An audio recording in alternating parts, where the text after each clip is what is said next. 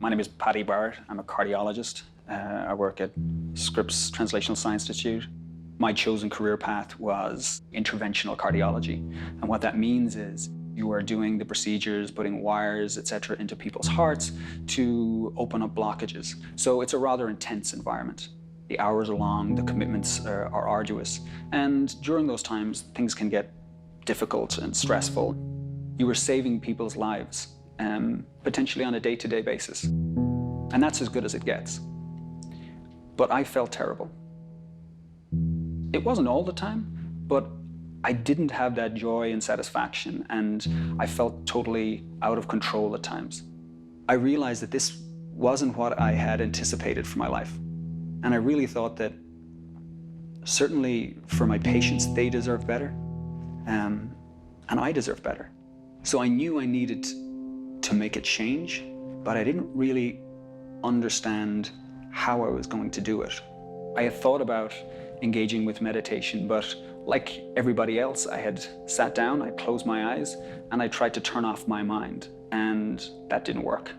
But I didn't understand that that's actually not the point. And that's when I came across Headspace.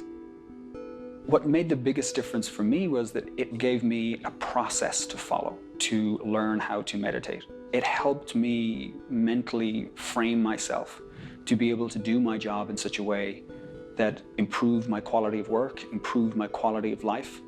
So when you're activated for an emergency procedure at 4 a.m. and you are emotionally in chaos, for me, I would flag down a cab and we would drive to the hospital along the West Side Highway.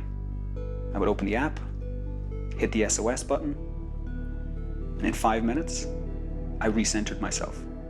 I was able to get that depth of understanding back as to why I was doing what I was doing. And that made a huge difference. I think all of us aspire to these lofty, somewhat vague notions of success or happiness. And what I realized was that they're not destinations. They're not endpoints. You never reach happiness. You never reach success. They're byproducts of the way you live your life. I was seeing people coming face to face with their mortality and giving me insight as to appreciate every single moment that you have.